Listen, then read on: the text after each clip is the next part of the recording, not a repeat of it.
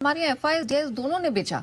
अभी तक तो साथ खरीद रहे थे, हम खुश थे, लेकिन ये जो बेचा है कल, कोई चिंता वाली बात है क्या? देखिए 4 अप्रैल के बाद लगभग आप समझ लीजिए 1.5 महीने बाद कल एफआईआई ने और घरेलू फंड दोनों ने एक साथ कैश में बिकवाली की। मैं कैश की बात कर रहा हूँ, लेकिन कितनी, देखो आंकड़े 2 लिहाज से देखे जाते हैं, एक क्वालिटी के लिहाज से, एक क्वांटिटी के लिहाज से।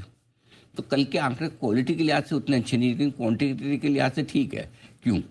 526 करोड़ की कैश में बिकवाली एफआईआई की, 238 करोड़ की कैश में बिकवाली घरेलू फंड की। मतलब कितना, दोनों मिला के 700 करोड़ भी नहीं पहुंच पाए, 800 करोड़ भी नहीं पहुंच पाए। 800 करोड़ क्या है इस मार्केट में? Nothing, right. अब आइए क्वालिटी के हिसाब से क्यों कह रहा हूँ कि देखो दोनों बेचे तो ठीक तो नहीं है वो क्वालिटी। दूसरा ये कि इंडेक्स फ्यूचर्स भी बेचे 86 करोड़ के, स्टॉक भी बेचे 3700 करोड़ के। तो थोड़ी सी अगर बड़ी बिकवाली है कहीं तो वो स्टॉक फ्यूचर्स की है।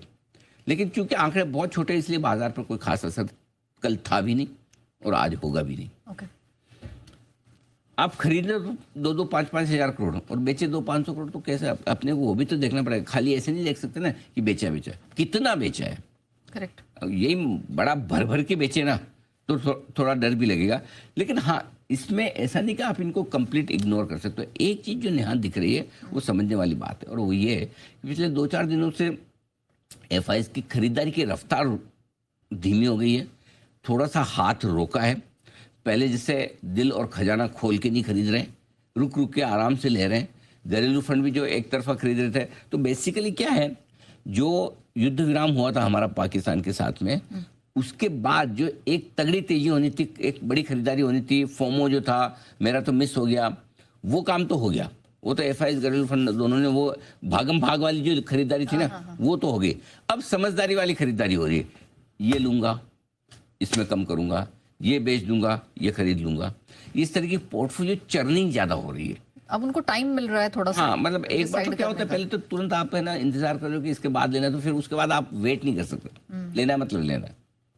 अब जो हो रहा है, अब समझदारी वाली खरीदारी ज्यादा हो रही है कि चलो ये लिया जाए, इसकी बैलेंस शीट पड़ी जाए, इसके वैल्यूएशन देखें, इसके नतीजे देख लें, और वो वाली चीज़ इस वक्त थोड़ी सी आपको ज़्यादा दिख रही है। और यही वजह थोड़े से एक तरफा तेजी के बाद हमारे बाजार हल्के फुल्के रुके हैं। कोई गलत भी नहीं है, हर रोज आप तेजी देख नहीं सकते, देखनी भी नहीं चाहिए।